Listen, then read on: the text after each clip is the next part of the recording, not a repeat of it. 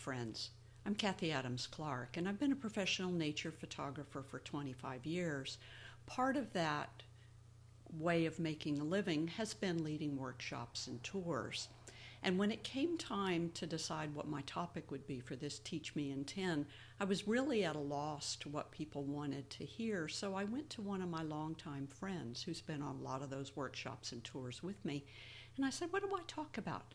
And she said, "Well, of course you talk about silhouette, shadows, and puddles." And I said, "Silhouette, shadows, and puddles?" And she said, "Sure, when we can never find anything to photograph, you always find a silhouette, a shadow, or a puddle for you." So today what I'm going to talk about is silhouettes, shadows, and puddles, and how these can open your creativity for you.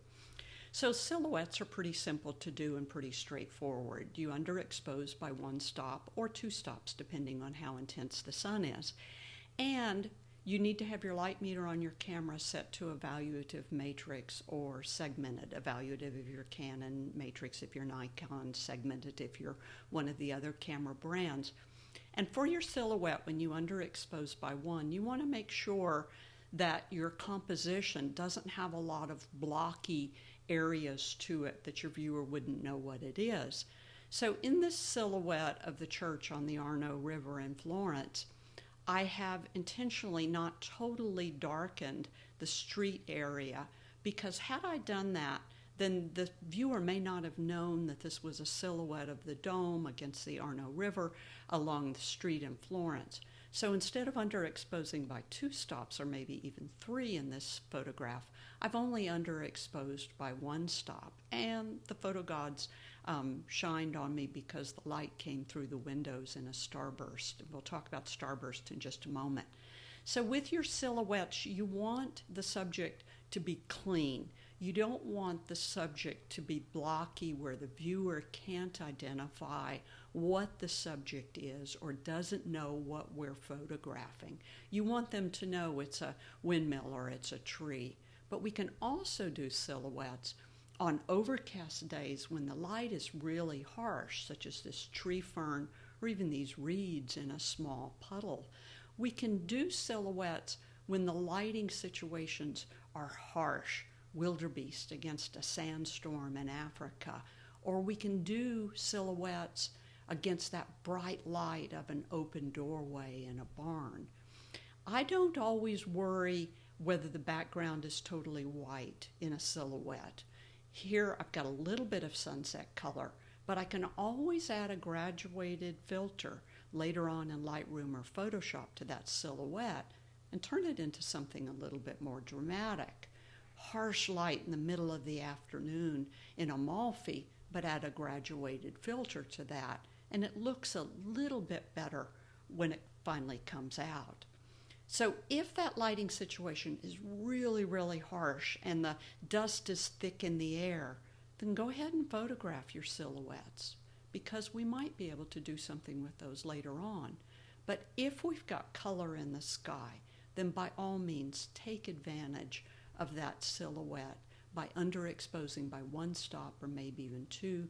Keep your silhouettes from being blocky. In this case with this live oak tree, I had to get down on the ground to keep the horizon, to make the horizon cut below the tree line.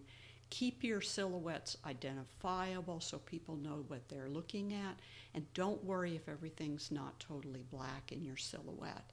And then look for those little silhouettes in hidden locations, you macro photographers, because we've got silhouettes, small things as well as big things. How to get your starburst on your sun in a silhouette? That's real simple. Go to f/22 or 32 if your lens does it, or even 45 if your lens does it. Underexposed by that one or two also. And the number of rays on your sun depends on the number of aperture pieces in the aperture. So use that starburst to your advantage in creating really interesting silhouettes. Shadows, there's nothing special about a shadow except you, as the photographer, have to notice it. So you have to look at the shadow and not the subject. We don't always like to photograph under harsh light and shadows, but we can use those shadows to our advantage. We can see that shadow and think, there's a picture here. I'm not walking away from that shadow. Remember, you've got shadows under the bright moon as well. So if you're photographing under a full moon in your night photography, remember there's shadows there.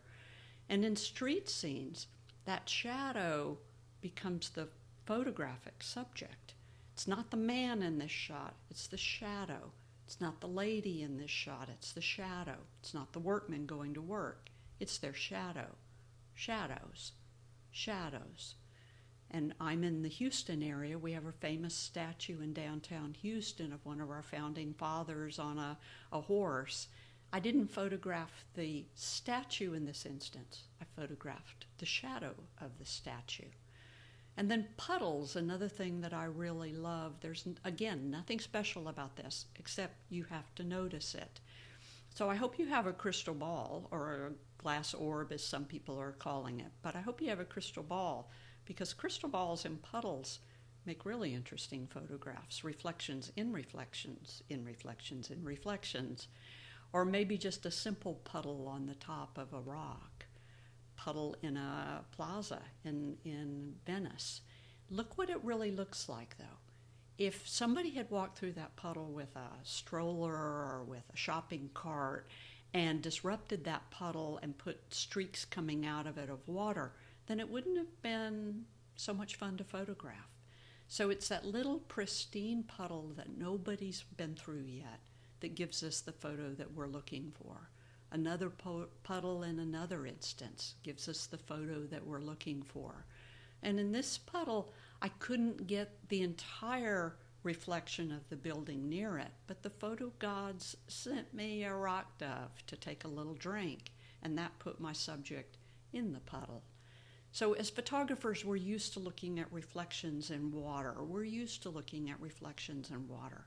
But don't forget that we've got reflections also in sunglasses. We can make it funny, we can make it silly, or even our own reflection in a mirror. But be sure to watch out for those reflections in those puddles, because that's where we can find the hidden photographs.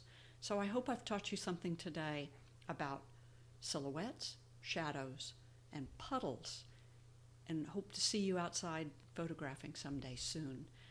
So recapping, silhouettes, underexposed by 1 or 2 stops. Make sure that your camera is on the matrix evaluative or segmented light meter. Shadows, notice them, pay attention to them, open your eyes to them. And the same thing with puddles. Open your eyes, see them. My classes and my tours, all my classes are on my website. I'll give you that in just a moment. And I lead all my photo tours through Strabo Photo Tours collection, going to a wide variety of places, hopefully 2021 and 2022. I hope you'll join me if you're interested. And here's all my email information and my website. If you've got any questions, feel free to post those to the community board. You can find me there, or send me an email. Thank you very much for joining me.